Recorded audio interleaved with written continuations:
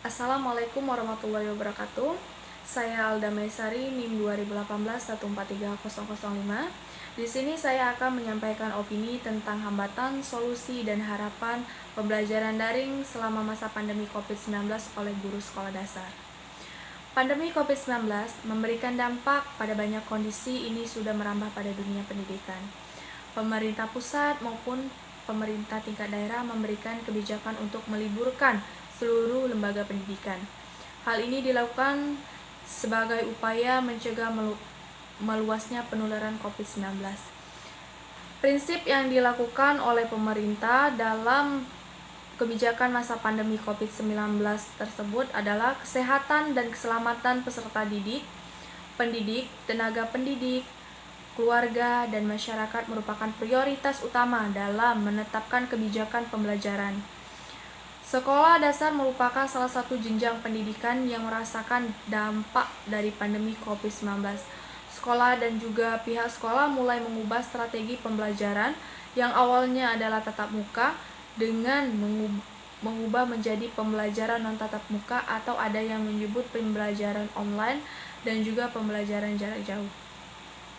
Pandemi COVID-19 terhitung sejak awal tahun 2020, dunia dikejutkan dengan wabah virus corona atau COVID-19 yang menginfeksi hampir seluruh negara di dunia. WHO semenjak Januari 2020 telah menyatakan dunia masuk ke dalam darurat global terkait virus ini. Virus corona yang menyerang sistem pernapasan ini telah mencatat lebih dari 28 juta kasus dari 213 negara di dunia yang terinfeksi.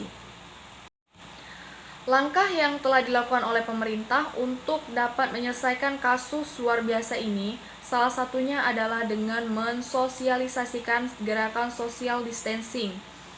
Konsep ini menjelaskan bahwa untuk dapat mengurangi bahkan memutus mata rantai infeksi COVID-19, seseorang harus menjaga jarak aman dengan manusia lainnya minimal 2 meter dan tidak melakukan kontak langsung dengan orang lain, menghindari pertemuan massal. Konsep pembelajaran daring, kondisi pandemi saat ini menuntut pendidik, dalam hal ini adalah guru, untuk berinovasi, mengubah pola pembelajaran tatap muka menjadi pola pembelajaran non-tatap muka.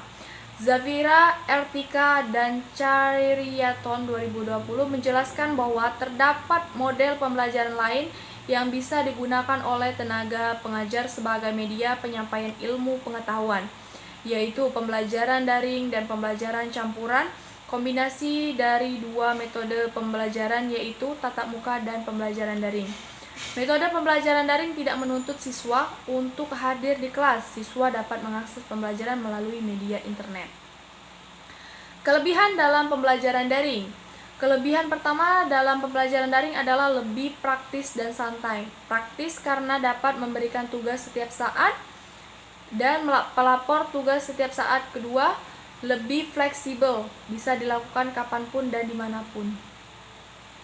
Kelemahan dalam pembelajaran daring. Kelemahan dalam pembelajaran daring adalah kurang maksimalnya keterlibatan siswa. Keterlibatan siswa yang dimaksud dapat dilihat dari hasil keterlibatan siswa dalam mengikuti pembelajaran daring secara penuh dari awal pembelajaran sampai akhir pembelajaran. Harapan untuk pembelajaran daring pasca pandemi COVID-19 adalah: yang pertama, setelah kondisi kembali normal ataupun wabah COVID-19 sudah berakhir, harapan guru di samping pembelajaran di kelas, maka pembelajaran daring tetap bisa dilaksanakan untuk melatih keterampilan guru dan siswa pada era abad 4.0. Harapan kedua, pembelajaran ini sebagai alternatif guru dalam menerapkan model-model pembelajaran. Hal ini bertujuan untuk menambah ilmu dan mengaplikasikan penggunaan kemajuan teknologi dengan baik dan benar. Harapan ketiga, adanya perlakuan khusus bagi siswa yang kesulitan dalam melakukan pembelajaran. Harapan keempat, model pembelajaran daring ini baik digunakan tetapi perlu ditambahkan dengan model pembelajaran luar jaringan atau luring.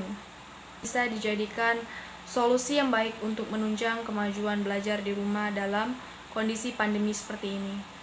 Peran orang tua di rumah diharapkan dapat semaksimal mungkin mendampingi putra-putrinya belajar di rumah. Hal positif yang dapat diperoleh adalah anak-anak memiliki kedekatan secara personal dengan orang tua. Kesimpulan dan saran dari apa yang saya paparkan tadi, hambatan, solusi, dan harapan dalam pembelajaran dengan menggunakan sistem daring menjadi topik yang menarik dalam masa pandemi wabah COVID-19 ini. Meski dalam kondisi yang serba terbatas, karena pandemi COVID-19, tetapi masih dapat melakukan pembelajaran dengan cara daring. Hanya hal yang menjadi hambatan adalah orang tua harus menambah waktu untuk mendampingi anak-anak. Sedangkan dari segi guru menjadi melek teknologi dan dituntut untuk belajar banyak hal, khususnya pembelajaran berbasis daring. Sistem pembelajaran daring ini dapat dijadikan sebagai model dalam melakukan pembelajaran selanjutnya. Mungkin hanya ini yang bisa saya sampaikan, kurang dan lebihnya saya mohon maaf. Kepada Allah kita sama-sama mohon ampun. Saya akhiri, Faiza Farokta Farsop, wa ila rabbika farhab, wassalamualaikum warahmatullahi wabarakatuh.